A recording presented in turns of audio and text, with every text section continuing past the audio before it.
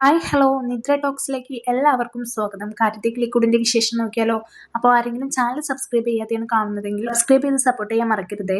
അങ്ങനെ നമ്മളെ സുനന്ദയുടെ കല്യാണം അതിഗംഭീരമായിട്ട് കഴിഞ്ഞതിന്റെ അടുത്ത ദിവസം ഹരീഷ് കടയിൽ നിന്ന് ഓരോ പണിയെടുക്കുകയായിരുന്നു. ആ സമയത്തായിരുന്നു ഗംഗാധര മാമൻ ചായക്കടയിലേക്ക് ചായ കുടിക്കാൻ വേണ്ടി വരുന്നുണ്ട്, പത്രം വായിക്കുന്നുണ്ട്, കാര്യങ്ങളൊക്കെ ഇങ്ങനെ സംസാരിക്കുന്നുണ്ട് കേട്ടോ. കല്യാണം അതിഗംഭീരമായിട്ട് കഴിഞ്ഞു, ഞങ്ങളെ വീട്ടിലെ കല്യാണം. ഈ ഒരു നാട്ടിൽ ഇത്രയും നല്ലൊരു കല്യാണം ഇതുവരെ കഴിഞ്ഞിട്ടില്ല. 2000 ആൾക്കാരാണ് പരിപാടിയിൽ കൂടിയിട്ടുണ്ടായിരുന്നത്. എല്ലാവർക്കും നല്ല അഭിപ്രായമാണ്. ഞങ്ങൾ വിളിക്കാത്തതായിട്ട് ആരുമില്ല, ബന്ധുക്കൾ എന്ന് ഞങ്ങൾക്ക് തോന്നിയവരെല്ലാം ഞങ്ങൾ വിളിച്ചിട്ടുണ്ട് എന്നൊക്കെ പറയുന്നുണ്ട്. ഇതൊക്കെ ഹരീഷ് കേൾക്കാൻ വേണ്ടിയിട്ടാട്ടോ പറയുന്നത്. വലിയ പൊങ്ങച്ചൊക്കെ പറയുന്നത് ഹരീഷ് ഒന്ന് കേട്ടോട്ടെ എന്ന് വിചാരിച്ചിട്ടാണ്. രാജ, നീയും കട അടച്ചിട്ടല്ലേ കല്യാണത്തിന് വന്നത്, അങ്ങനെ ഈ കല്യാണത്തിന് കൂടാത്തവരായിട്ട് ആരുമില്ല കേട്ടോ. അപ്പം അയാളും ഭയങ്കരമായിട്ട് അഭിപ്രായം നല്ല രീതിയിൽ ചായക്കടക്കാരനും പറയുന്നുണ്ട്. പക്ഷേ ഒരു കാര്യം മാത്രം അയാൾ പറയുന്നുണ്ട് കേട്ടോ, നിങ്ങൾ എല്ലാവരെയും വിളിച്ചു, പക്ഷേ നിങ്ങളെ അനിയനെ മാത്രം വിളിച്ചില്ല എന്നൊക്കെ പറയുമ്പോൾ അയാൾക്ക് ദേഷ്യം വരികയാണ്. ഗംഗാധര മാമൻ, ഏത് അനിയൻ, എനിക്ക് അങ്ങനെ ഒരു അനിയൻ ഇല്ല എന്നൊക്കെ പറയുന്നുണ്ട്. അങ്ങനെ അവർ തമ്മിൽ സദ്യയുടെ കാര്യം ചർച്ച ചെയ്യുന്നുണ്ട്. 23 ഐറ്റംസ് ഉള്ള 3 പായസമുള്ള അതിഗംഭീരമായിട്ടുള്ള സദ്യ ആയിരുന്നു എന്നൊക്കെ പറയുന്നുണ്ട്. ഇതൊക്കെ കേട്ട് ഹരീഷിന് ദേഷ്യം വരും കേട്ടോ. കാരണം ഇതൊക്കെ അവനും അറിയുന്ന കാര്യമാണ്. വീണ്ടും ഇങ്ങനെ അവൻ കേൾക്കാൻ വേണ്ടിയിട്ട് പൊങ്ങച്ചം പറയുമ്പോൾ അവൻ എന്തായാലും ദേഷ്യം വരുമല്ലോ.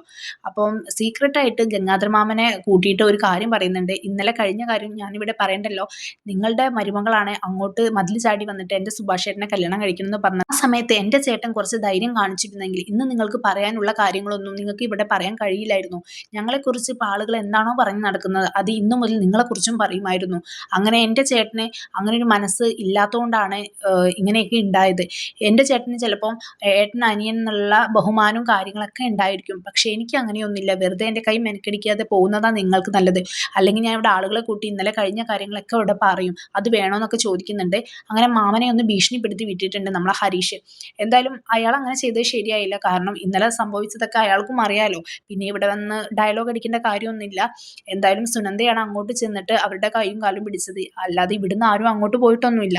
പക്ഷെ അവരുടെ സംസാരം കേട്ടാൽ തോന്നും അവരുടെ മകൾക്ക് നമ്മൾ പോയിട്ട് പെണ്ണ് അന്വേഷിച്ച പോലെ ആണ് അവരുടെ സംസാരം കേൾക്കുന്നത്. അങ്ങനെ രാത്രിയായപ്പോൾ നമ്മളെ ഹരീഷും സുധീഷും കൂടി കാറിൽ ഇങ്ങനെ വരുന്നുണ്ട്. വീട്ടിലേക്കാണ് അവരുടെ വരവ്. അപ്പോൾ സുധീഷ് ഇങ്ങനെ പറയുന്നുണ്ട് കേട്ടോ, നിധിക്ക് ഇപ്പം എന്തെങ്കിലും മാനസിക സമ്മർദ്ദം നേരിട്ടാലും മനസ്സിന് അസ്വസ്ഥത ഉണ്ടായാലും എന്നെയാണ് വിളിക്കുന്നത്, അത് എനിക്ക് ഇഷ്ടമാണ്. ഇന്നിപ്പോൾ സുഭാഷേട്ടൻ്റെ കാര്യം പറയാൻ വേണ്ടിയിട്ട് എന്നെ വിളിച്ചിരുന്നു എന്ന് പറയുന്നുണ്ട്. പക്ഷേ സുഭാഷേട്ടൻ്റെ കാര്യത്തിൽ എനിക്ക് സങ്കടം ഇല്ല എന്നല്ല കേട്ടോ ഞാൻ പറയുന്നത്. പക്ഷെ അവൾ വിളിക്കുമ്പോൾ എനിക്കൊരു സന്തോഷമുണ്ട്, അതാണ് ഞാൻ പറഞ്ഞത്. അപ്പം നമ്മളെ ഹരീഷും പറയുന്നുണ്ട്, ഞാനും അത് തന്നെയാണ് ചിന്തിക്കുന്നത്. സുഭാഷേട്ടൻ ഭയങ്കരമായിട്ട് അപ്സെറ്റാണ്, എന്താ ഇനി ചെയ്യാന്നൊക്കെ ചോദിക്കുന്നുണ്ട്. വരുന്ന വഴിയിൽ നമ്മളെ സുധീഷിൻ്റെ വണ്ടിയിൽ ബിരിയാണിയൊക്കെ ഉണ്ടായിരുന്നു കേട്ടോ. പുറത്തുനിന്ന് അവർ ഫുഡൊക്കെ മേടിച്ചിട്ടുണ്ടായിരുന്നു. അപ്പോൾ ഹരീഷ് പറയുന്നുണ്ട്, ഓ ഇന്നെന്താ ഇങ്ങനെയൊക്കെ ചെയ്യുന്നത്, ഇതുവരെ അങ്ങനെയൊന്നും ചെയ്തിട്ടില്ല, നമ്മളെ വീട്ടിലേക്ക് വേണ്ടിയിട്ട് എന്തെങ്കിലും ഇതുവരെ ചെയ്തിട്ടുണ്ടോ എന്നൊക്കെ ചോദിക്കുന്നുണ്ട്. അങ്ങനെ സുധീഷിനെ താത്തിക്കിട്ട് സംസാരിക്കുന്നുണ്ട്.